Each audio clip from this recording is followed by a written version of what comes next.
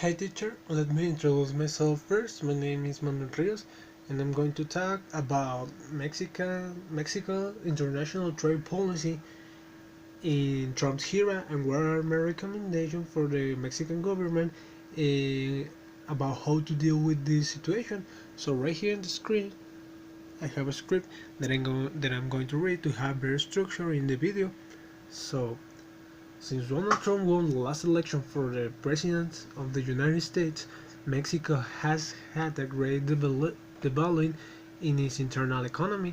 The great example of this was how the exchange rate of the Mexican peso had devaluation against the dollar, and this happened on more than one occasion due to the statements of the Donald Trumps where he talks about the construction of the border wall.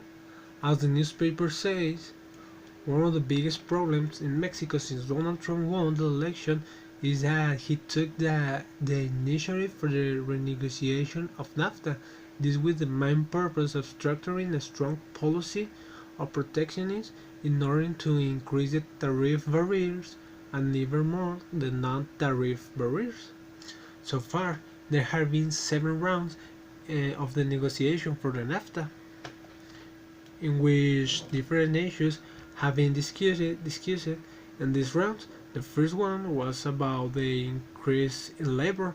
In this first round, Mexico and Canada talk about NAFTA helping them to increase work in their country, but the United States says that this had affected him a lot since companies were looking another place to settle. The second round in this business organization had participation and demonstrated how the NAFTA is a source of help to increase new employees, boost the competitiveness, and benefits customers with different products. In the third round took place the issues of competition, state companies, sanitary measures, border customs, and telecommunications. The fourth round was focuses on the rules of origin of the automotive industry. The fifth round, it was a round to resume all the negotiation of the previous round. The sixth round was focused on the development of an anti-corruption system, and the last round, that was the seventh round, focuses on the tariff in the exchange of steel and aluminum.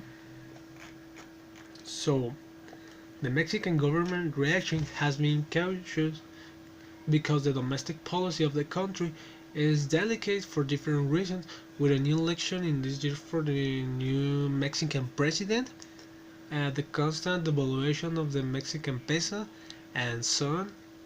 So, in the same way, the government, in the same way, the government the Trump government has decided to wait for the results of the upcoming election to elect the next president of Mexico in order to continue the negotiations. Last week, a series of news was published in which statements and messages were established by the respective presidents of the United States and Mexico.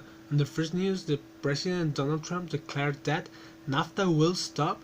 Mexico does not stop the flow of drugs and migrants.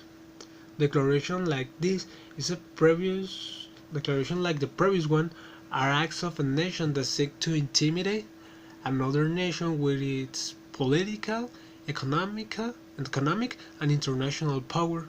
The second news again is a statement by the President Donald Trump where he says that he will send the National Guard to protect the border. And the last one, the third news, is a declaration by the President Enrique Peña Nieto where he talks about the previous declaration of the President of the United States, which said meant an offense to the Mexican people, and the main objects of the government are to safeguard the national interests of Mexico, and secondly, that the two nations could work together to increase the development of the countries. Also, the President Enrique Peña Nieto invites to carry out a mutual respect and invited him to dialogue. So this is where Mexico has two possible options. The first is for Mexico to fight for the renegotiation of the NAFTA. The second option is to take the renegotiation as they have been done so far, but at the same time seek to establish negotiation with new business partners and thus expand the commercial portfolio of Mexico. Mexico can look for new business partners in South America as well as in the Asian continent. Countries like China, Japan, Taiwan, and South Korea are interested in having more investment in Mexico. In my personal opinion, I opted more for the second option because this option will give Mexico the recognition of other great nations of the world because we have many resources which can we offer and make them attractive for the foreign investment, and this helps us to increase the employment with companies from different regions. I also think it would be advisable to continue with a commercial, political, and friendship relationship with the government of Canada in case that NAFTA was discarded and disintegrated after the negotiation rounds.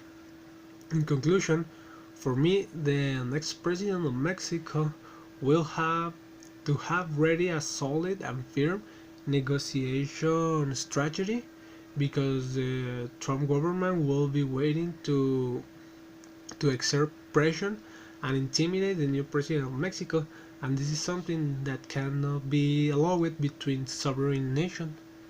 So this is my opinion and what is the advice that I do for the Mexican government. So thank you very much. See you.